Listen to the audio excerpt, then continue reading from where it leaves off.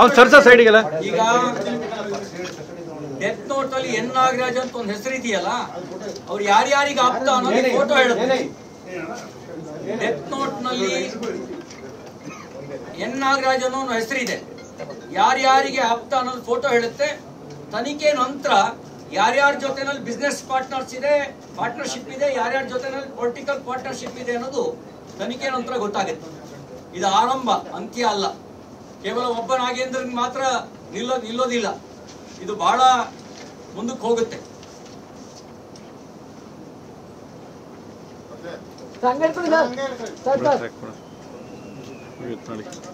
ಭಗತ ಅವ್ನು ಸರ್ಸ ಸೈಡಿಗೆಲ್ಲ ಈಗ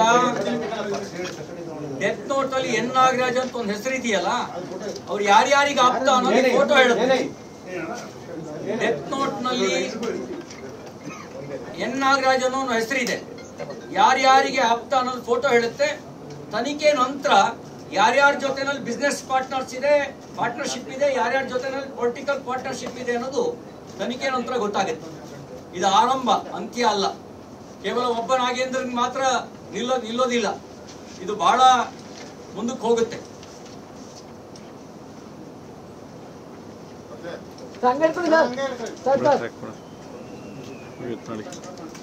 ನೋಡಿ